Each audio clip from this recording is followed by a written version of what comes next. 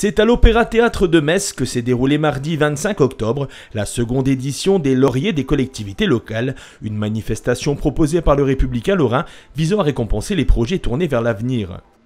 Au cours de cette soirée co-animée par Christian Morel, directeur de la communication du quotidien, et Louis Baudin, le monsieur météo de TF1, les vainqueurs de chacune des catégories présentées se sont tour à tour succédés sur scène pour recevoir leur trophée.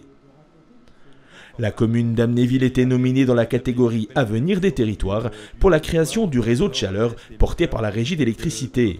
On vous laisse découvrir le résultat. Tout de suite découvrir chacun des projets qui avaient été présentés. Donc la création d'une maison d'assistance scolaire. On a parlé tout à l'heure des maisons médicales qui fleurissent dans les communes dès qu'il y a effectivement agrandissement avec des nouvelles résidences. Eh bien, à Montoy-Flanville, c'est une maison d'assistance scolaire de manière à fixer les jeunes couples dans la commune. Alors ce qui est amusant, c'est que la commune a réaffecté un bâtiment qui a été retapé par l'ensemble du conseil municipal. Ils ont pris la truelle, le ciment, et ils ont retapé eux-mêmes en 3 mois le bâtiment pour qu'il puisse devenir une maison d'assistance scolaire. Il y a à Bérennes-lès-Forbach ce projet Moselle Jeunesse qui tourne autour d'une dynamique d'action dans la commune en direction des jeunes, en particulier au travers du sport et de la culture.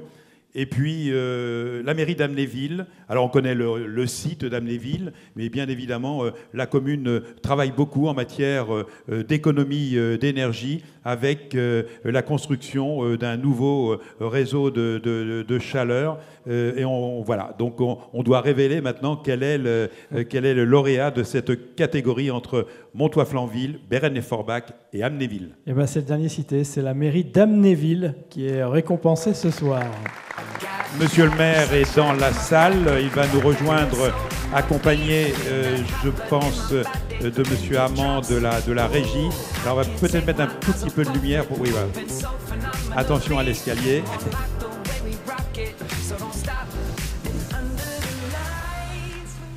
Monsieur le maire, bienvenue. Bonsoir.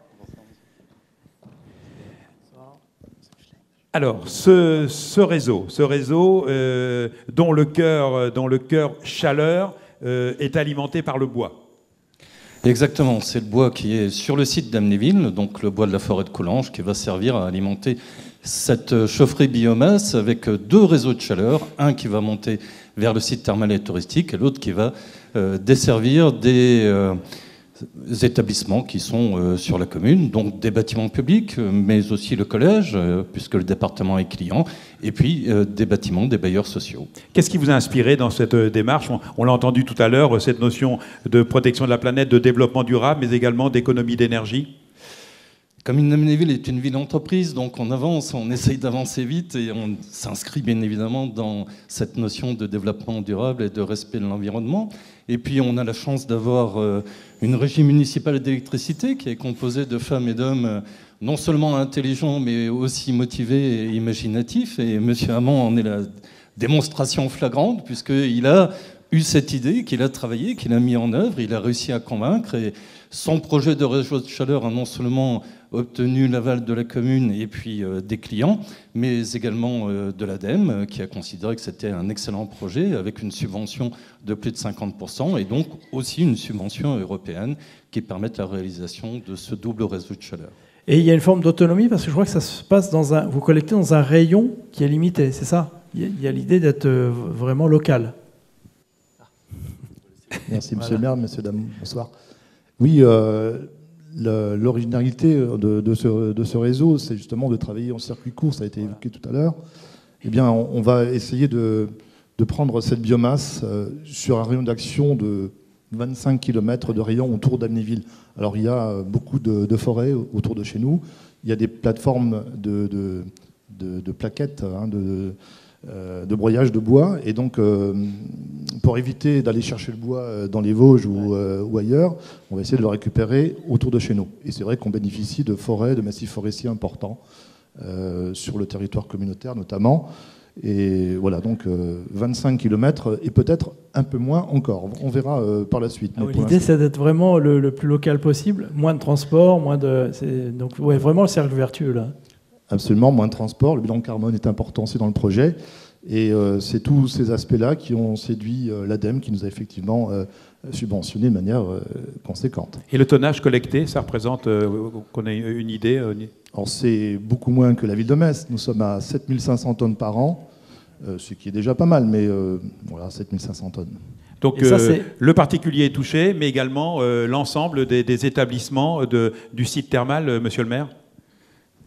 Oui, puisque nous avons la majorité des établissements du site thermal qui est client de ce réchaud de chaleur, notamment le pôle thermal, Thermapolis, Villa Pompéi, le centre de loisirs avec le bowling par exemple, mais aussi bien évidemment la piscine municipale qui est un gros consommateur de chaleur et on comprend très vite pourquoi. Et puis dans la ville elle-même, il y a les bâtiments municipaux, le collège avec le département bien évidemment, et puis les bailleurs sociaux qui eux y voient que des avantages puisque on transporte de l'eau qui est chauffée vers des échangeurs à plaques qui permettent de se passer dorénavant du matériel ancien, des chaudières, pour avoir cet équipement nouveau. Et on économise l'équivalent en CO2 de 2100 véhicules. C'est comme si on avait retiré tous ces véhicules de la surface de la Terre.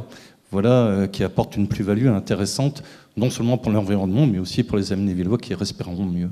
Ben là, je pense que ça va être le grand coup de cœur aussi de Louis Wood, hein, ce qu'il vient d'entendre, effectivement, parce que tout est réuni dans cette réalisation. Non, mais exactement, hein, c'est circuit court, avec l'utilisation d'une technologie, en tout cas, qui évolue, avec un financement qui est assuré, avec un cercle vertueux, et on voit que ça contribue effectivement à progresser dans tous les domaines, que ce soit la pollution, que ce soit l'économie, et que ce soit aussi la satisfaction de créer, sur un rayon de 25 km, peut-être moins, parce que l'idée c'est de le faire encore plus local, quelque chose qui est totalement autonome. Donc bravo. Bien, ben messieurs, on va vous récompenser avec ce 5e trophée, l'avant-dernier de la soirée avant le coup de cœur.